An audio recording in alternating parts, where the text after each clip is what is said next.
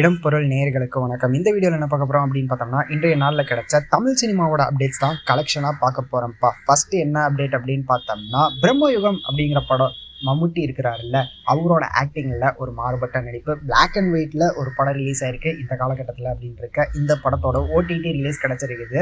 எங்கே ரிலீஸ் ஆயிருக்குது, எங்கே ஸ்ட்ரீம் ஆகிட்டு இருக்குது அப்படின்னு பார்த்தோம்னா, சோனி லைவ்ல இந்த படம் இப்போ ஸ்ட்ரீம் ஆகிட்டு இருக்குதுப்பா. யாரெல்லாம் இந்த படம் பார்க்கணும்னு நினைக்கிறீங்களோ தாராளமாக இப்போ பார்க்கலாம் அப்படிங்கிறது தான். இதுக்கு அடுத்ததாகவும் ஒரு ஓடிடி ரிலீஸ் அப்டேட் தான். என்ன படம் அப்படின்னு பார்த்தோம்னா, அருண் விஜய் இருக்காருல்ல, அவரோட ஆக்டிங்கில் நிமிஷா சஜகன், எமி ஜாக்சன் இவங்கெல்லாம் சேர்ந்து நடிச்சு ஜிவி பிரகாஷ் மியூசிக்கில் ஏஎல் விஜய் டேரக்ஷன்லேருந்து ரிலீஸ் ஆன மிஷன் சாப்டர் 1 படத்தோட ஓடிடி ரிலீஸ் தான்ப்பா. எங்கே இந்த படம் ஸ்ட்ரீம் ஆகிட்டு இருக்குது அப்படின்னு பார்த்தோம்னா, நீங்கள் இந்த வீடியோ பார்த்துருக்க இந்த டைமில் அமேசான் பிரைமில் ஸ்ட்ரீம் ஆகிட்டு இருக்குது. யாரெல்லாம் பார்க்கணும்னு நினைக்கிறீங்களோ தாராளமாக பார்க்கலாம் அப்படிங்கிறது தான். ஸோ இதுக்கு அடுத்ததான் என்ன அப்டேட் அப்படின்னு பார்த்தோம்னா, அசோக் செல்வன் இருக்காருல்ல, அவருக்கு இன்னொரு படமும் ரிலீஸ் ஆக போகுது இன்னொரு 2 மாதத்தில் அப்படின்ட்டு இருக்க. என்ன படம்ப்பா அப்படின்னு பார்த்தோம்னா, அந்த படத்தோட ஃபர்ஸ்ட் லுக்கை ரிலீஸ் பண்ணியிருக்காங்க. எனக்கு தொழில் ரொமான்ஸ் அப்படிங்கிற மாதிரி இந்த படத்துக்கு பேர் வச்சிருக்காங்க. பாலாஜி கேசவன் அப்படிங்கிற டெபியூட்டட் டைரக்டரோட டைரக்ஷன்ல நிவாஸ் கே பிரசன்னா மியூசிக்ல இந்த படத்துல அசோக் செல்வன் லீடா பண்றாரு. அவந்திகா இந்த படத்துல ஃபீமேல் லீடா பண்றாங்க. எம்எஸ் பாஸ்கர் ஒரு முக்கியமான ரோல் பண்றாரு அப்படிங்கிற மாதிரிலாம் இருக்க.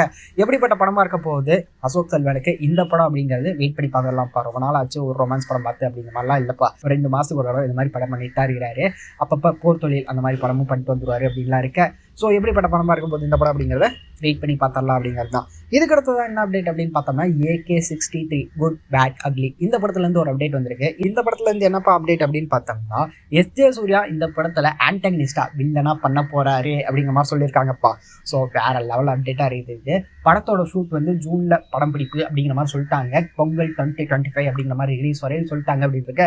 எப்படிப்பட்ட படமாக இருக்க போது ஏகேக்கு இந்த படம் அப்படிங்கிறதையும், ஆதிக் ரவிச்சந்தர் ஒரு ஃபேன் பாயா என்ன மாதிரி சம்பவம் பண்ண போறாரு அப்படிங்கிறதையும் வெயிட் பண்ணி பார்த்தோம்னா அப்படிங்கிறது தான். ஸோ இதெல்லாம் தான் இன்றைய தமிழ் சினிமாவோட முக்கியமான சில அப்டேட்ஸ். இதை தாண்டி பெருசாக எதுவும் நடக்கல அப்படிங்கிறது தான்.